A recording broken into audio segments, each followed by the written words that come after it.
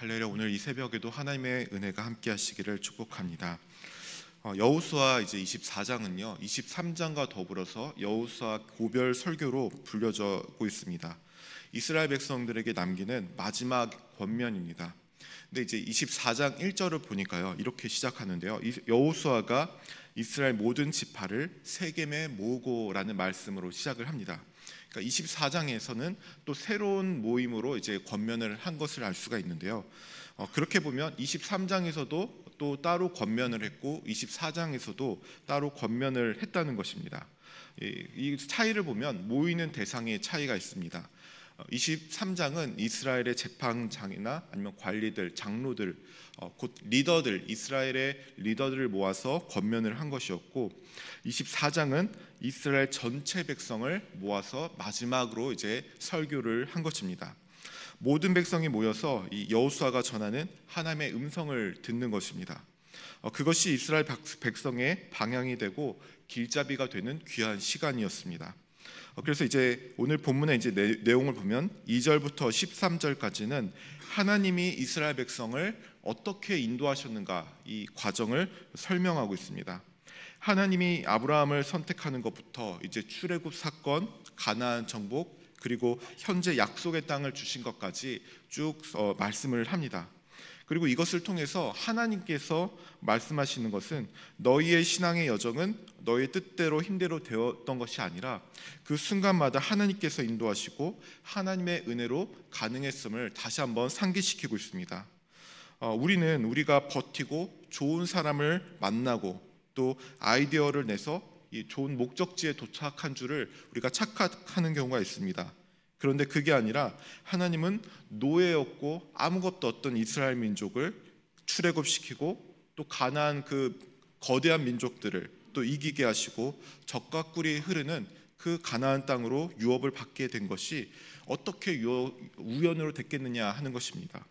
때마다 시마다 과정마다 하나님이 도와주셨고 전쟁에 승리하게 하지 않으셨다면 차지할 수 없었다는 것입니다. 근데 사람은 이 편한 시간에 적응하다 보면 굉장히 적응력이 뛰어난 것 같습니다.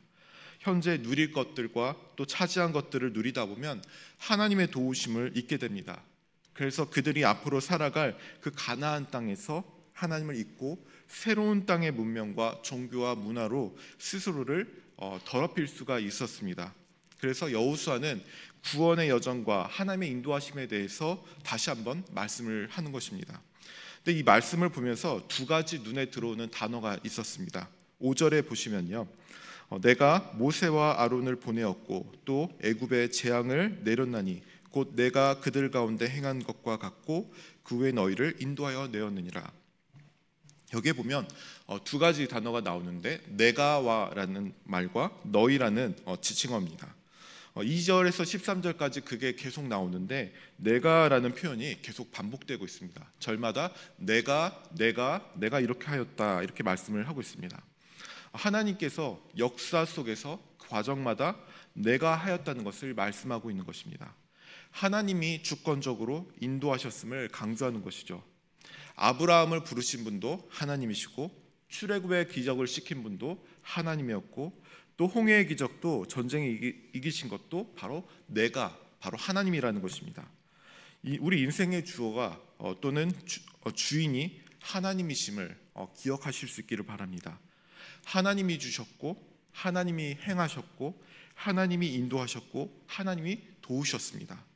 우리가 이런 고백을 할 수 있을 때 우리는 겸손하게 하나님을 찬양하고 감사할 수 있는 줄 믿습니다. 그리고 또 하나 발견되는 말은 너희라는 단어입니다.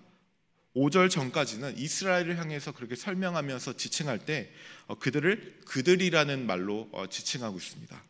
하나님은 과거의 그 역사 속에서 등장했던 그들에게 역사하셨습니다. 듣는 청중 입장에서는 하나님이 역사하시는 대상이 그들이었습니다. 그런데 자기들이 아니었습니다. 그런데 5절부터 보면요, 이제 그들이 아니라 너희로 지칭하게 됩니다. 하나님은 과거에만 계시고 그들에게만 역사하셨던 분이 아니었습니다. 그 현장의 역사가 바로 오늘 너희에게 연결되어서 지금 너희에게 주시고 너희에게 역사하고 계신다는 것을 말해주고 싶은 것입니다. 그래서 5절부터 6절, 7절, 8절, 9절마다 계속 너희라는 말로 시작하고 있습니다. 여러분, 그렇다면 우리도 이 성경의 말씀을 읽을 때 이렇게 받을 수 있습니다. 성경에서 일들은 그들에게만 일어나는 일들이 아닙니다.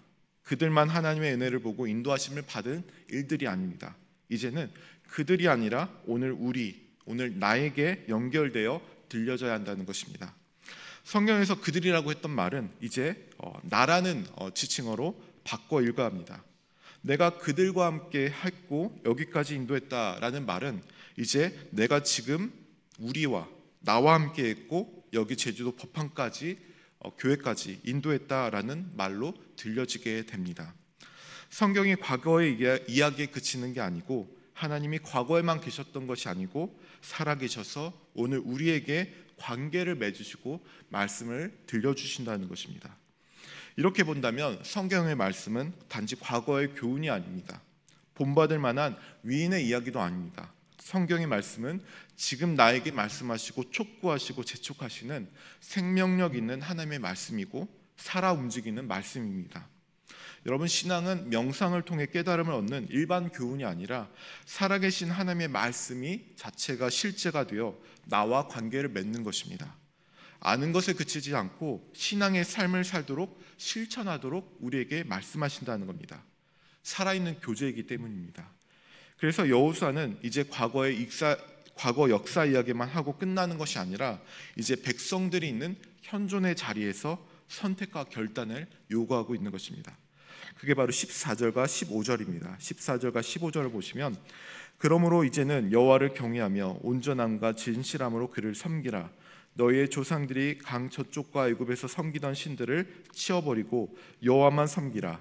만일 여호와를 섬기는 것이 너에게 좋지 않게 보이거든 너희 조상들이 강 저쪽에서 섬기던 신들이든지 또는 너희가 거주하는 땅에 있는 아모리 족속의 신들이든지 너희가 섬길 자를 오늘 택하라. 오직 나와 내 집은 여호와를 섬기노라 하니. 아멘. 오직 여호와만 섬겨라. 여호수아가 2절부터 13절까지 그 하나님의 말씀을 대언하면서 이스라엘 역사와 그 하나님의 인도하심의 그 결론이 바로 이것입니다. 너희가 이제 신앙을 선택하라.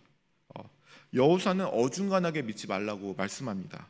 아모리 족속의 신들이든지 아니면 하나님을 섬기든지 분명히 태도를 정하고 선택하라고 하고 있습니다. 여러분, 성경은 오늘 우리에게도 신앙적 결단을 요구합니다. 여호수아는 그냥 흘러가는 대로 교회에 다니는 대로 때가 되면 변화될 것이라는 어중간한 각오를 말하지 않습니다. 어느 책에서 보니까 신앙을 이렇게 정의하고 있습니다. 신앙은 앞으로 나아가지 않으면 퇴보한다, 이렇게 말씀을 합니다. 신앙을 유지하고 멈춰 있는 것은 없다라는 것입니다. 하나님을 우리가 추구하지 않으면 우리는 세상을 쫓게 되어 있습니다. 세상은 우리를 무뎌지게 하고 하나님의 은혜를 망각하게 만듭니다. 그런 세상에서 우리가 하나님을 추구하는 결단이 오늘 필요한 것입니다. 여러분, 지금까지 하나님을 믿어 오셨지만 오늘 더 하나님을 사랑하기 위해 결단이 필요한 시대를 살고 있습니다. 여호수아가 오직 나와 내 집은 여호와를 섬기겠노라 각오를 하고 백성들에게 본을 보였듯이 우리 또한 하나님을 잘 섬기기 위해서 다시 한번 신앙적 결단을 하실 수 있기를 바랍니다. 그래서 오늘 그 여호수아의 그 말씀과 그 결단, 그 촉구하심을 우리가 받으면서 하나님을 향한 그 신앙이 더 깊어지고 그런 변화를 통해서 그런 각오와 다짐을 통해서 우리가 다시 한번 주님 앞에 일어설 수 있는 계기가 되기 바랍니다. 그리하여 우리 공동체와 교회가 다시 한번 결단하며 더 부흥하게 되는 은혜를 누릴 수 있는 오늘 우리 모든 사람들 되시기를 바랍니다. 기도하겠습니다. 하나님 아버지, 감사합니다. 오늘 말씀을 통하여 주님께서 우리에게 신앙적인 촉구를 다시 한번 명하시고 이 시대를 살아가면서 세상과 겸하여 사는 것이 아니라 오직 주님을 더 추구하고 주님을 바라며 우리의 마음에 부흥이 일어날 수 있도록 하나님 도와주시옵소서. 오늘 하루도 살아가면서 또 바쁜 일들 가운데서 우리의 또 많은 생각 가운데서도 정말 우리의 마음을 흔들고 신앙을 흔드는 많은 일들이 있습니다. 하나님, 그러한 가운데서도 우리의 마음이 주님께로 향할 수 있도록 도와주시고 늘 주님과 동행할 수 있도록 오늘도 우리 붙들어 주시옵소서. 그래야 우리가 당하는 모든 일 가운데서도 우리 중심이 하나님께 향하게 하여 주시고 주님의 영광에 되는 영광을 올릴 수 있는 삶이 될 수 있도록 함께하여 주옵소서. 감사하며 예수님의 이름으로 기도드립니다. 아멘.